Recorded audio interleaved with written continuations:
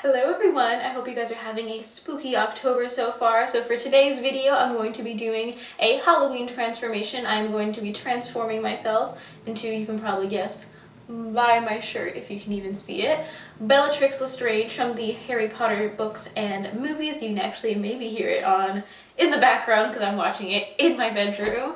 And yeah, so I'm going to be doing this transformation for you guys. First off, I want to preface this by you want to have dirty hair for this. Bellatrix's hair is curly and slightly defined, but it's definitely not clean hair. It's not shiny or bouncy really or anything like that. She has very disheveled hair, and depending on the series, as it progresses, her hair sometimes is more frizzy, it's a little bit more defined in some movies, so you can kind of pick or choose what version you want to do. For this one, I'm kind of doing somewhere in between, I guess. It's not super frizzy, but not super undefined. It's kind of just somewhere in the middle.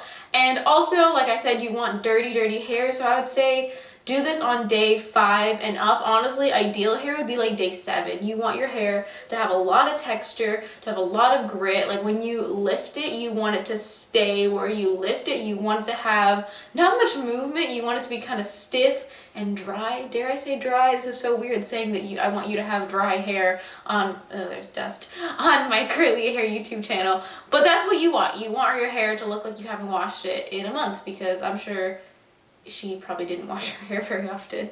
Maybe there was a spell. I don't know. I'm going to be doing this tutorial over voiceover so that you can really just see what I'm doing. I'm going to be doing the makeup. I'm actually going to be painting on her necklace. So if you don't really have anything from Harry Potter, like a costume or anything like that, this is a video for you. If you want to do something last minute or just to look Harry Potter-esque on Halloween, this is cool. And you really don't need anything. You don't need to buy anything other than just like some eyeliner, some browns, a little bit of like gray tones, and a white, or like I don't even have a white. I think it's like a beige, a pale sort of beige. You really don't need much for this look. And I am going to change into something a little easier to paint, and I will be right back.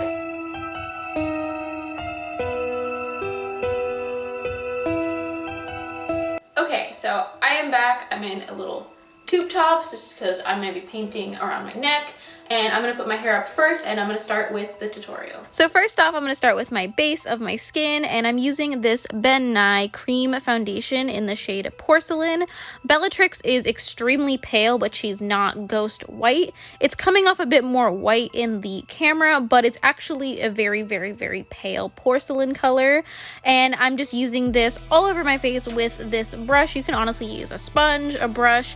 You don't want it to be super duper full coverage. If you do need full coverage, I would conceal with a really light concealer first and then go in and kind of buff the light color into your skin. If you don't have anything like this, you can mix white face paint with your normal foundation and just try to make it a natural pale color, but not super tan, if that makes any sense. So I'm just gonna buff this all over my face, and I'm gonna buff it on my neck and chest, since the outfit that I'm gonna be wearing does expose my neck and chest, and I am gonna be painting her necklace on, so I just wanna make sure everything matches.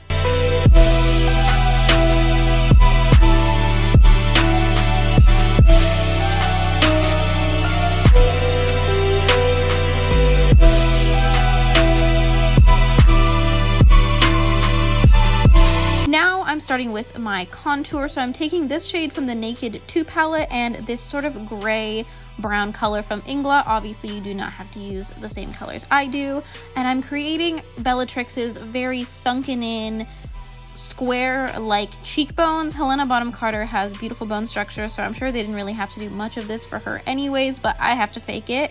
So I'm basically just creating a straight line right under my cheekbones and then curving it in and down, creating this sort of upside down L shape to create that really almost dead like sunken in look. And then you want to blend this downwards instead of up, because you want your cheekbones to look very just dead and sunken in, and you don't want to kind of raise your cheekbones. You want everything down instead of up, if that makes any sense.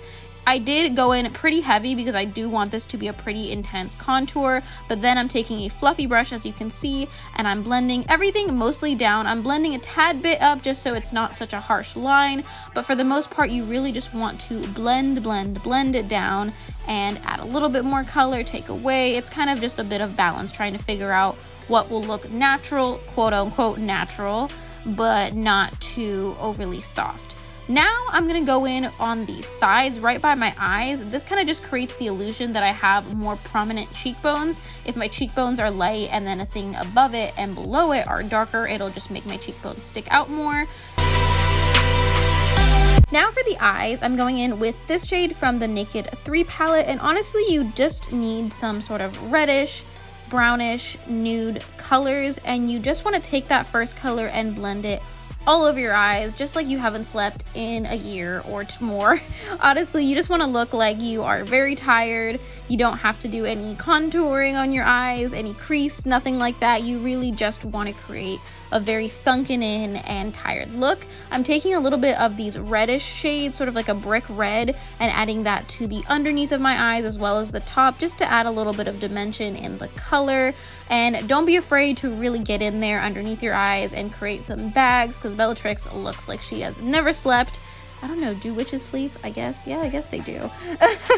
Maybe not Bellatrix though, but she just has a very, very sort of dead, I haven't slept in 1,000 years look. Now you're gonna want to line your eyes with just a chocolate-ish brown shade. She doesn't really have a very prominent liner, but in a few scenes she kind of has a bit of darkness towards her lash line. So I'm just creating a very rough line towards my lash line, and then I'm going to blend that out. You want to do it on the top as well as the bottom.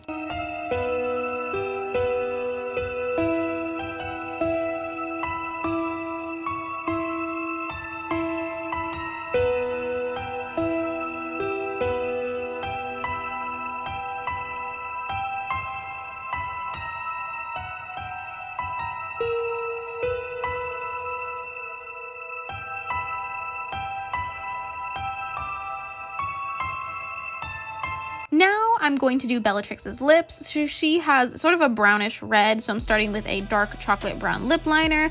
And honestly, it's nothing particular with her lipstick. She just sort of has a very quick lip. Sometimes it's more of a stain, sometimes it's more of a lipstick, so it's up to you what kind of look you want to do. I did a little bit more of a pointed top to my lips because I've noticed she has that, but honestly, it's not that big of a deal. Then I'm taking this brown lipstick, which is very similar in the shade as the lip liner. If you don't have a lipstick, you could honestly just cover your lips in the brown lip liner, even a brown eyeliner, that would totally work. Now I'm taking this more sort of burnt dark red lip stain, I believe. Actually, no, it's a liquid lipstick from KVD in the shade Vampira, and I'm just filling my lips. For her necklace, I decided to draw it on because I did not have it, and of course my camera did not record it, so I'm just going to quickly show you how I started, just using a black eyeliner. You want to draw a necklace and then this sort of teardrop shape and another larger teardrop shape for the head, and then once you do that, you want to kind of bring it out a little bit to the sides for the eyes. Then you want to take either a white eyeliner, a white face paint, or even just the product that I'm using, the foundation, and add some highlight to the necklace to make it look a bit more realistic. So now I'm just going to add a little bit of highlight to the actual ribbon, I guess she has for the necklace. Then I'm going to add some for the actual pendant. So for the little clasp that it holds on, you want to add a little bit of a highlight in the center and then towards the sides. And now you want to add the highlight for the actual eyes of the bird skull. And it's a very angry bird skull, so you kind of want to add some highlight for the eyes and then on top for the sort of eyebrow.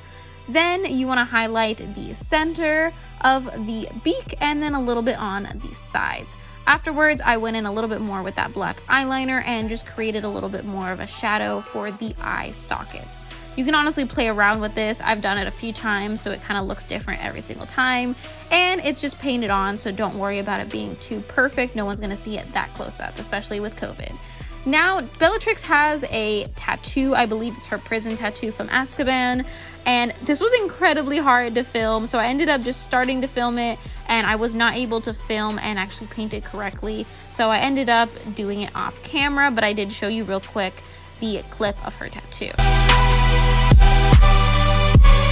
Now for Bellatrix's hair, I'm using two products, the Plump for Joy Dry Finish Spray from Not Your Mother's and the Girl Powder from Not Your Mother's as well. These are going to add some texture, some volume, and just some grit to your hair that you really need to create this messy, crazy, witchy look. Basically, I'm just going to coat the heck out of my hair with it. I'm going to apply that powder, the Girl Powder, to my roots everywhere, all over my hair. I'm going to section it sort of roughly and just apply. Honestly, there is not too much with this look. You can go really hard with this powder, and for this look, it totally works.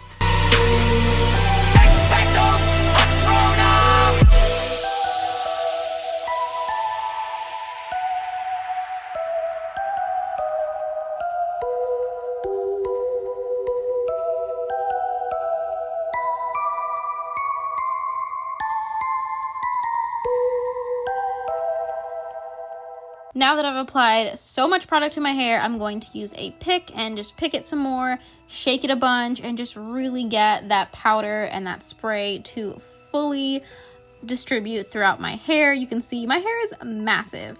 All right, so now for Bellatrix's hairstyle, it's very basic. You basically just want to take some sections of hair from the crown towards the front of your hair. You can kind of see what sections I'm choosing. You don't want to take too much hair because she does have quite a lot of hair on the bottom part of her hair, so you don't want to take too much, and just sort of gather that together.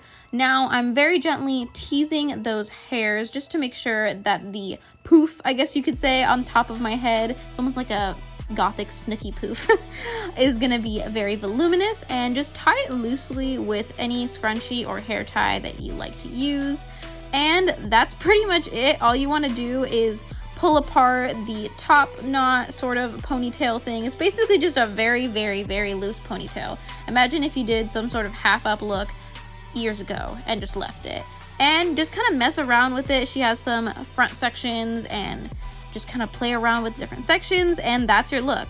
For the teeth, I actually went in with some dark chocolate powder. But that is it. That is my Bellatrix Lestrange Halloween transformation. I hope you guys enjoyed, and I hope it was fun. I hope you guys try it out. Please let me know if you do end up doing this look for Halloween, or just cause Harry Potter. And I hope you guys have a beautiful rest of your day, and don't forget, your frizz is beautiful. Bye guys!